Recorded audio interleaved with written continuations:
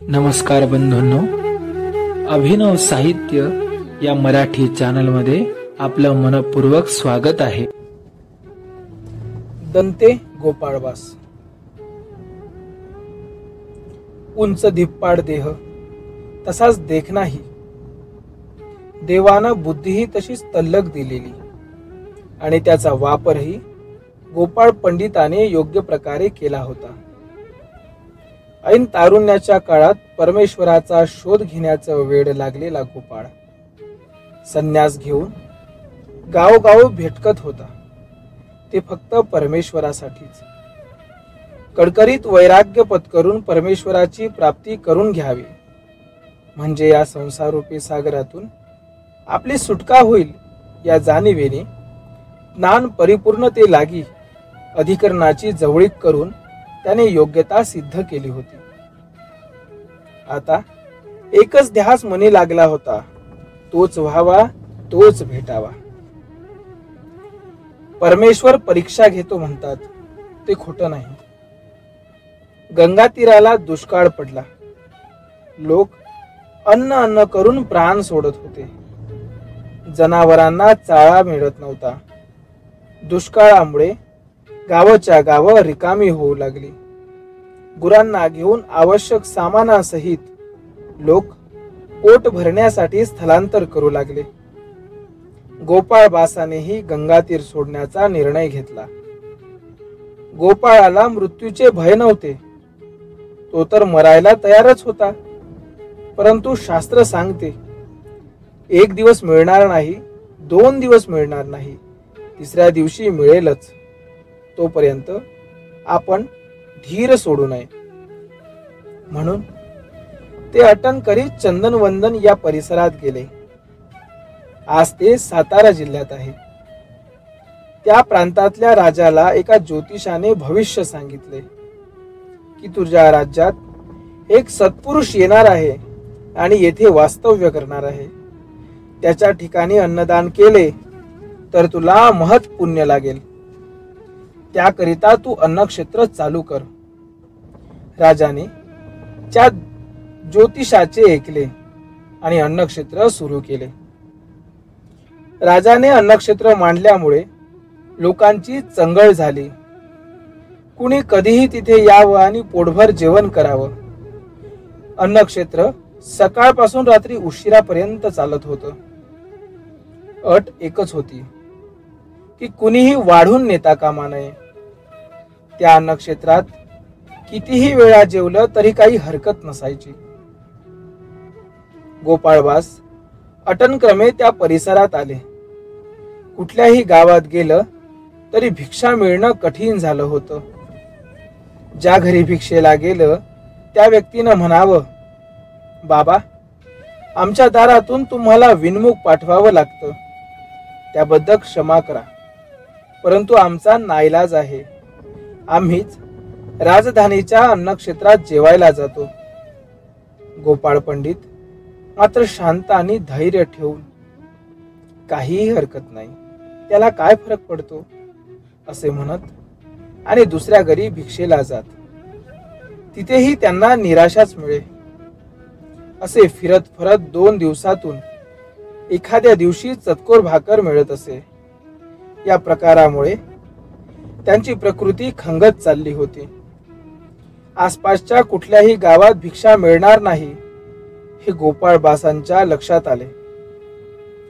आता आपल्याला भिक्षेसाठी राजधानीतच जावं लागेल हे त्याने ओळखलं.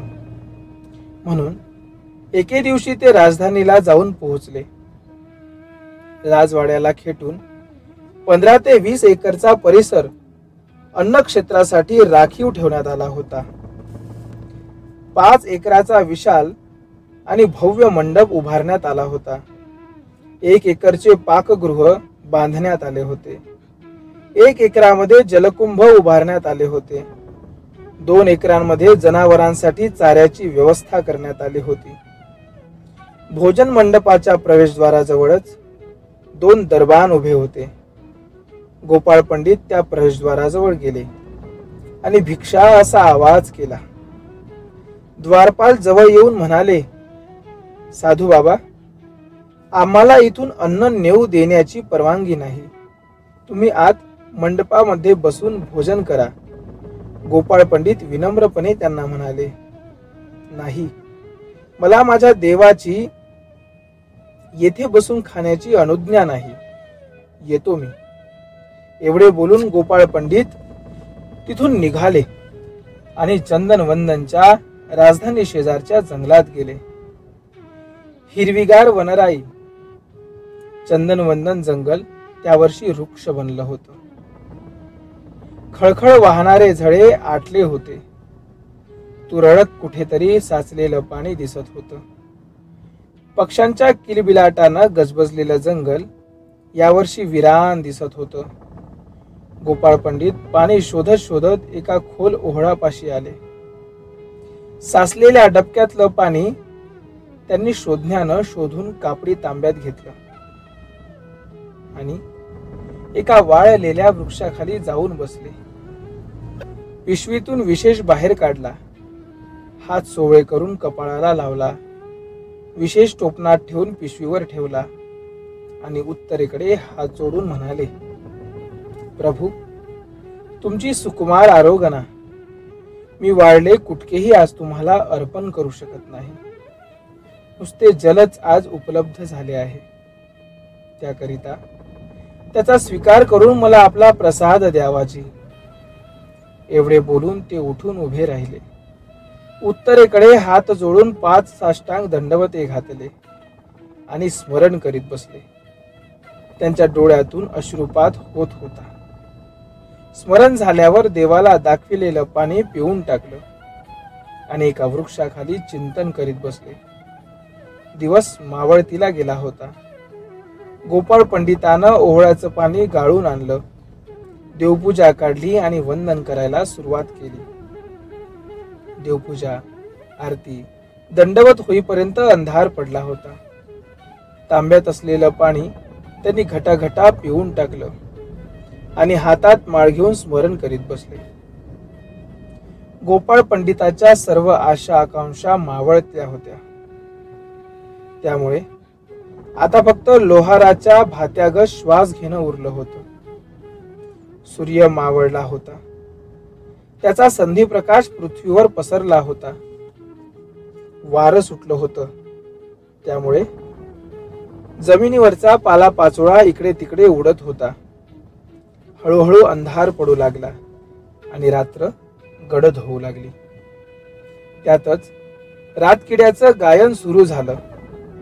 दंते गोपाळबासांचं स्मरण चालूच होतं. 5 दंडवत घालून गोपाळ पंडित अंथरुणावर पडले.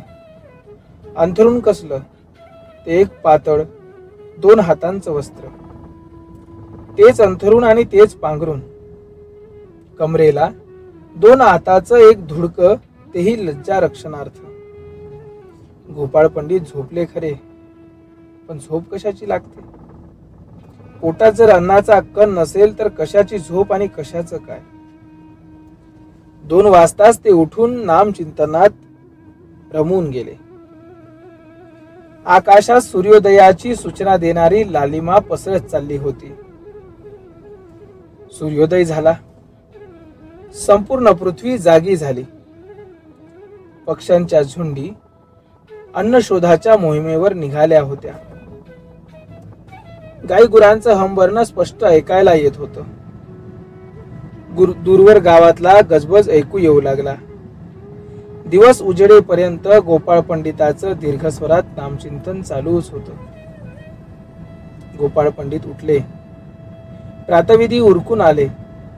मुखमार्जन झालं आणि देवपूजा वंदन करीत बसले.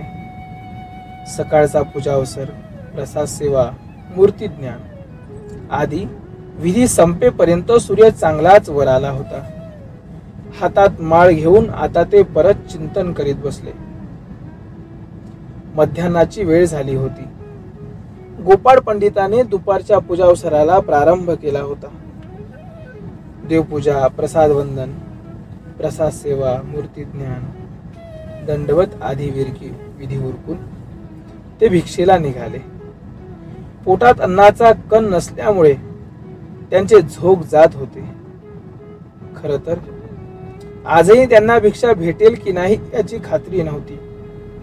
परंतु भिक्षाविधीचं पालन करणे हाच एक धर्म आहे आणि तो मरेपर्यंत सांभाळला पाहिजे. म्हणूनच ते भिक्षेला निघाले होते. नगरासमीप असलेल्या अन्नक्षेत्राच्या मंडपाजवळ यायला त्यांना किमान 1 तास लागला. नंतर असं अंतर 2 फरलागांचं. पण अंगात बळ नसल्यामुळे ते अंतरही जास्त वाटत होतं. अन्नक्षेत्राच्या मंडपाच्या दारासमोर जाऊन त्याने भिक्षा असा आवाज दिला. द्वारपालांनी गोपाळ पंडितांना पाहिलं आणि त्यांच्या लक्षात आलं की हे कालचेच महात्मे आहेत, जे भिक्षेला आले होते आणि आपण भिक्षा दिली नाही. आजही ते भिक्षेला आले आहेत. काय करावं त्यांना सुचेना. त्यातील एक जण म्हणाला, बाबा, तुम्ही कालही आलात. कालही आम्ही तुम्हाला भिक्षा देऊ शकलो नाही. आजही तुम्ही आलात. पण काय करावं, आम्हाला अन्न मंडपाच्या बाहेर देण्याचे आदेशच नाहीत. त्यामुळे तुम्ही इथेच जेवण करा. गोपाळ पंडित शांत आणि धीरगंभीर आवाजात त्यांना म्हणाले, जसे तुमच्या राजाच्या आज्ञेचं पालन तुम्ही करता, त्यांची आज्ञा भंग करीत नाही, तसं मीही माझ्या राजाच्या शब्दाबाहेर जाऊ शकत नाही. त्यांची आज्ञा आहे भिक्षा मागून नदीच्या तीरी भोजन करावं, गावात नाही. म्हणून मी इथे बसून भोजन घेऊ शकत नाही. भिक्षा न मिळाल्याने गोपाळ पंडित तसेच पुन्हा जंगलाच्या दिशेनं निघून आले. त्यांच्या पाठमोऱ्या आकृतीकडे पाहून एक द्वारपाल म्हणाला, काय उपयोग आहे या अन्नक्षेत्राचा? अरे, भुकेल्याला अन्न मिळत नसेल आणि तेही अशा पुरुषाला जो निरुपद्रवी आहे, संत आहे, ज्याच्या मुखात सदैव भगवंताचे नाम आहे, जो कुणाचंही वाईट चिंतन करीत नाही, त्याच्या मुखात जर अन्नाचा कण जात नाही, तर काय उपयोग आहे या सर्व खटाटोपाचा? अरे, त्याचा चेहरा पाहिला का? भिक्षांना मिळालं नाही तरी त्याच्या चेहऱ्यावर किंचितही चिंता नाही की कुणावर रोष नाही. आणि आपण दररोज पाहतो ते अन्नासाठी धावाधाव करणारे. आपण पोट भरून मिळत असतानाही आमचा वकवकलेपणा जात नाही. कुठे हावरट आणि कुठे प्रचंड लोभी आपण, आणि कुठे ते निर्लोभी व्यक्तिमत्व. दुसरा एक द्वारपाल म्हणाला, खरंय तुझं, पण आपण काय करू शकतो हळहळ व्यक्त करण्याशिवाय? पहिला द्वारपाल म्हणाला, कमीत कमी आपण अधिकाऱ्याला सांगू शकतो तर. दुसरा म्हणाला, आपलं कोण ऐकेल? आपण द्वारपाल आहोत, सल्लागार नाही. पहिला म्हणाला, प्रयत्न करून पाहायला काय हरकत आहे? ठीक आहे, चल त्यांच्याकडे. दोघेही अधिकाऱ्याकडे जायला निघाले. तिसरा त्यांना म्हणाला, तुम्ही प्रवेशद्वार सोडून जाताय याचा तुम्हाला त्रास होईल. या तिघाचं संभाषण चालू असतानाच अधिकारी तिथे आला आणि या तिघांनाही दमदाटी करीत म्हणाला, काय गोंधळ चाललाय? पहिला द्वारपाल त्या अधिकाऱ्याला म्हणाला, महोदय, एक संन्यासी दररोज भिक्षेला येतात, परंतु त्याला आम्ही भिक्षा देऊ शकत नाही. त्याचं वाक्य मध्येच तोडत तो अधिकारी म्हणाला, अरे, मग त्यांना आतमध्ये आणून जेवायला बसवायचं ना. दुसरा द्वारपाल म्हणाला, महोदय, ते भिक्षा घेऊन नदीकाठी जेवण करतात. उद्या आल्यानंतर त्यांना भिक्षा देऊ का? अधिकारी म्हणाला, तुम्हाला जास्तचा आगाऊपणा कुणी करायला सांगितला? तुम्ही द्वारपाल आहात, द्वारपालाचं काम करा. फुकट सल्ले देण्याचं काम करू नका. माणसांना आपली लायकी पाहावी, नको त्या गोष्टीत लक्ष घालू नये. चला, लागा आपापल्या कामाला. कामचोर कुठले? द्वारपाल गप्प झाले. अधिकारी निघून गेला आणि दुसरा द्वारपाल पहिल्या द्वारपालाला म्हणाला, भाऊ, सत्य पुढे शहाणपण चालत नाही रे. पहिला द्वारपाल म्हणाला, पण आपण प्रयत्न तर केले. इकडे दंते गोपाळबास जंगलात गेले. ओढ्यात असणारे पाणी त्यांनी आपल्या पात्रात शोधून घेतले. एका वृक्षाखाली आपले बस्तान पसरले. देवपूजा वंदन करून देवास प्रार्थना केली. म्हणाले, भगवंता, आजही तुम्हास पाण्याचा उपाय दाखवित आहे, कारण भिक्षेस काहीही मिळालेलं नाही. पण मी तुम्हाला मागणार नाही. माझं हित तुम्ही जाणता आहात. त्यामुळे मला मरणाचीही चिंता नाही. उलट मरणानंतर तुमची भेट होईलच. माझे श्वास बंद होण्यात माझं हित असेल तर तसंच व्हावं. उद्या मला भिक्षाच मिळू नये, पण माझ्या हातात काय आहे ही नुसती परीक्षाच असेल तर ठीक आहे. जशी तुमची इच्छा. दंडवत घालून ते स्मरण करीत बसले. दिवस मावळतीला आला. गोपाळ पंडित दररोजच्या विधीला लागले.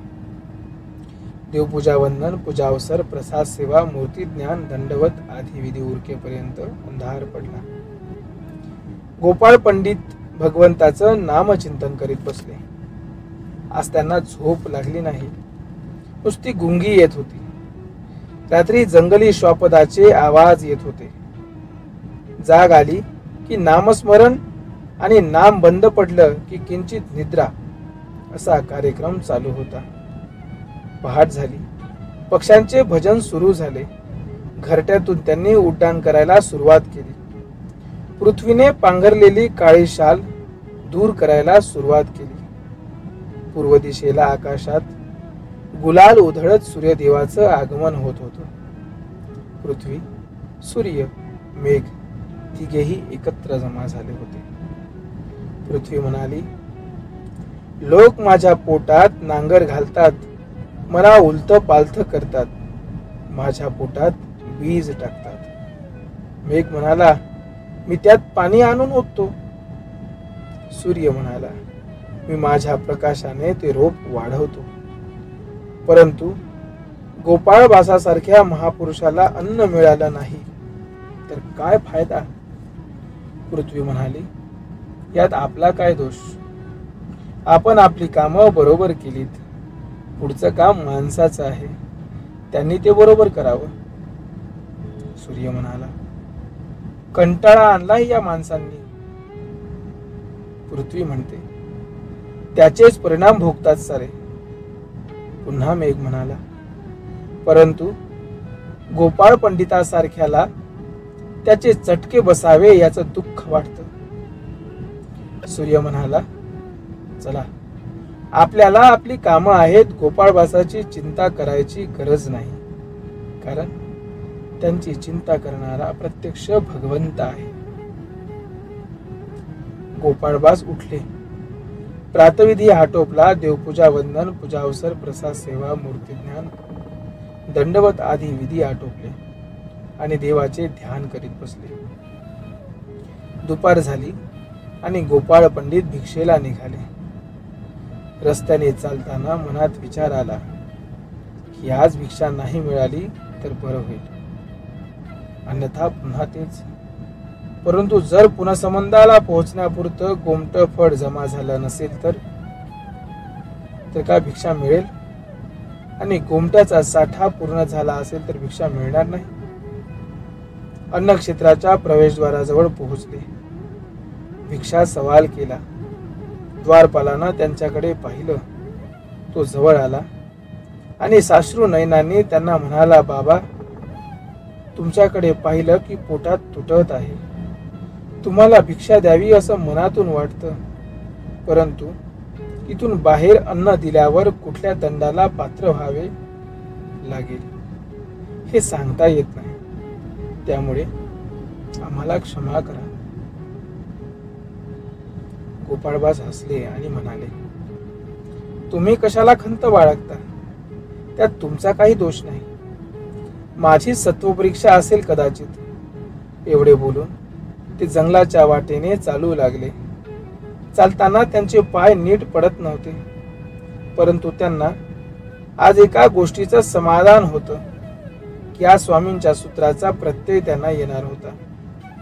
मनात म्हणाले, स्वामी म्हणतात एक दी न मिळे दो दी न मिळे, तिसरा दी मिळोची नये.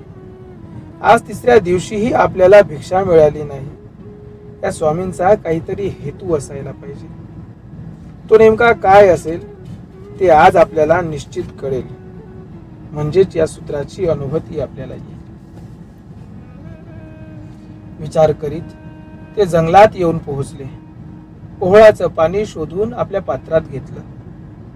एका वृक्षाखाली येऊन बसले. देवास प्रार्थना करीत म्हणाले, हे देवाश्री चक्रधरा, साधन दात्या, आज माझी परीक्षा संपली अशी मला खात्री आहे. मी मृत्यूला घाबरत नाही हे तुम्हास माहित आहे. परंतु आता किती प्रतीक्षा करायला लावता. खरंच प्रभू, आता धीर धरवत नाही. तुमच्या भेटीसाठी जीव तळमळत आहे. प्रभू, का अजून माझी अयोग्यताच नासली नाही. खरंय, इतक्या लवकर कशी नासेल. अनंत जन्मांची पुट चढली आहे. त्याला वेळ लागेलच. माणूसही वेडाच आहे. स्वतःची योग्यता आणि पात्रता ठरवतो. कुणाचं किती योग्यता आणि कुणाची किती पात्रता हे फक्त तूच जाणतोस. जेव्हा वेळ येते तेव्हा जीवात्मा तुझ्याकडे पाठ करतो आणि तुला खंती आली की मग रडत बसतो. तशीच माझी गत झाली. प्रभू, मला क्षमा कर. कारण आता अशक्तपणामुळे माझ्याने कुठलाच विधी होणार नाही. गोपाळ पंडितानं एक दीर्घ श्वास घेतला आणि नामस्मरण करायला सुरुवात केली. सूर्य गोपाळ पंडिताची धीरवीरता पाहून नतमस्तक झाला आणि अस्त पावला. रात्रीनं पृथ्वीवर आपली शार पांघरायला सुरुवात केली. आपल्या जवळचा विशेष कपाळाला लावून गोपाळ पंडितानं झाडाच्या कोकात तो विशेष ठेवला. त्या दगडाला खेटून ते बसले होते. त्याच दगडावर दुसऱ्या दगडाने कोरून ठेवले. येथे चिन्हस्थळी असे. उत्तरेला हात जोडून नामचिंतन करीत बसले. आता तोंडातून उच्चारही निघत नव्हता. तरीही नामचिंतन चालूच होते. कारण त्यानेच भगवद्गीतेत सांगितलं होतं, अंतकालेच मामेव स्मरण मुक्त्वा कलेवरम. त्यासाठी शेवटचा श्वास देहात आहे तोपर्यंत नाम आपल्या मुखात आलंच पाहिजे. हेच त्यांनी देवाला मागणं मागितलं होतं. रात्र अधिकाधिक गडद होत गेली. गोपाळ पंडिताला आज अजिबात उसंत नव्हती. नामोच्चार चालूच होता, पण आवाज अगदीच क्षीण झाला होता. पहाटेची चांदणी निघाली. गोपाळ पंडितांचा आवाज बंद झाला. डोळ्यात प्राण आले होते. श्वासाची गती मंदावली होती. त्यांच्याही लक्षात आलं की आता आपली जीवनयात्रा संपली. जाता जाता देवाचं नाम घ्यावं या उद्देशानं त्यांनी तोंड उघडलं तर समोर साक्षात सर्वज्ञांची श्रीमूर्ती त्यांना दिसली. जणू ते म्हणतात, गोपाळा, खूप थकलास का रे बाबा. पण आता तुझा प्रवास संपला.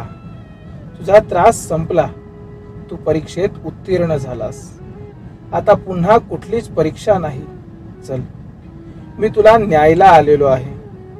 पुनःसंबंध तुझी प्रतीक्षा करीत आहे. गोपाळ पंडित फक्त एवढंच म्हणाले, माझा देव श्री चक्रधर. आणि त्यांची प्राणज्योत मालवली. साधारण पहाटेची 5ची वेळ असेल. नेमका त्याच वेळेला राजा राजवाड्याच्या गच्चीवर फिरण्यास गेला होता. जंगलात त्याला प्रचंड प्रकाशझोत आकाशाकडे झेपावताना दिसला. त्याने नोकरांना आवाज दिला. नोकर धावत आले. तो त्यांना म्हणाला, अरे जंगलात हा कशाचा प्रकाश आहे पहा बरं. चौकशी करा. तो प्रकाश साऱ्यांनीच पाहिला. राजाचे नोकर जंगलाच्या दिशेनं निघाले. आता तो प्रकाश कमी कमी होत चालला होता. नोकर जंगलात पोहोचले. आता थोडं थोडं उजाडत चाललं होतं. नोकरांनी पाहिलं, एका झाडाला टेकून एक महात्मा बसला होता. त्याचाच शरीरातून हा प्रकाश निघाला असावा असा त्यांनी तर्क केला. त्यांनी त्या महात्म्याला आवाज दिला, ओ बाबा. ते बोलत नाहीत हे त्यांच्या लक्षात आल्यावर त्यांनी या महात्म्याला हात लावला तेव्हा ते दचकलेच. कारण त्या बाबाचं जंगलामध्येच देहावसान झालं होतं. चेहऱ्यावर मात्र कुठलाच त्रासिक भाव नव्हता. प्रसन्न मुद्रा होती. पाहणाऱ्याला वाटावं आपल्याकडे पाहून हसतायत. नोकर धावतच राजवाड्यात आले. तोपर्यंत चांगलंच उजाडलं होतं, परंतु सूर्य मात्र आपलं तोंड ढगाळ लपवत होता. मेघांनी मात्र गर्जना करून आसमंत हादरवून सोडला होता. नोकर राजाच्या समोर येऊन उभे राहिले. राजानं विचारलं, काय भानगड आहे? नोकर म्हणाले, महाराज, एक तपस्वी तिथे गतप्राण झाला आहे. राजाने राजवैद्याला पाचारण केलं. आपण घोड्यावर स्वार झाला. राजवैद्य आणि अधिकाऱ्यांना घेऊन राजा त्या जंगलात गेला. पाहतो तर काय, एक तेजपुंज संन्यासी जणू ध्यानस्थ बसला आहे. राजाने राजवैद्याला आदेश दिला, वैद्यराज, बघा काय झालं यांना. राजवैद्यानं त्या तपस्व्याची म्हणजेच गोपाळबासांची नाडी पाहिली आणि सांगितलं, महाराज, हा भूक बळी. राजा म्हणाला, कसं शक्य आहे? आपण तर अन्नक्षेत्र मांडलंय. वैद्यराज म्हणाले, महाराज, माझी नाडी परीक्षा खोटी होणार नाही. चौकशी करून बघा हवं तर. राजाने अन्नक्षेत्र अधिकाऱ्याला ताबडतोब बोलावून घेतलं आणि त्याला विचारलं, काय रे, आपल्या अन्नक्षेत्रात जेवणासाठी आले होते ना? तो म्हणाला, महाराज, हे साधू आपल्या अन्नक्षेत्रात आले किंवा नाही हे मला सांगता येणार नाही, परंतु द्वारपालांना निश्चितच माहिती असेल. द्वारपालांना पाचारण करण्यात आलं. आल्या आल्या एक द्वारपाल म्हणाला, महाराज, हे बाबा आपल्या यज्ञात 3 दिवस भिक्षेला आले, परंतु त्यांना कुणीच भिक्षा दिली नाही, कारण तुमचा आदेश होता. न राहून 1 दिवस मी या अधिकाऱ्याला म्हणलो सुद्धा. काय होतं एखाद्याला दिलं तर? पण हे म्हणाले, ज्यानं त्यानं आपल्या लायकीनं वागावं, त्यामुळे आज हे महात्मे मरण पावलेत. राजा म्हणाला, अले चांडाळांनो, द्यायचं असतं ना, काय उपयोग झाला असता अन्नक्षेत्र मांडून. राजाचं संभाषण चालू असतानाच मेघ धोधो वर्षत होता. राजाने गोपाळ पंडिताची शुश्रूषा चांगली केली, परंतु त्याने अन्नक्षेत्र ताबडतोब बंद केलं. लोकांनाही आता त्याची गरज राहिली नव्हती, कारण पाऊस सोंडाधारी वर्षत होता. राजा मनात म्हणाला, जणू तो संन्यासी पाऊस घेऊनच आला. त्याचे पाय या भूमीला लागले आणि वरून राजानेही आपला आनंद व्यक्त केला. परंतु आलेल्या चांगल्या संधीचा फायदा आपल्यालाच घेता येत नाही. अभागी आहोत आपण, दुसरं काय.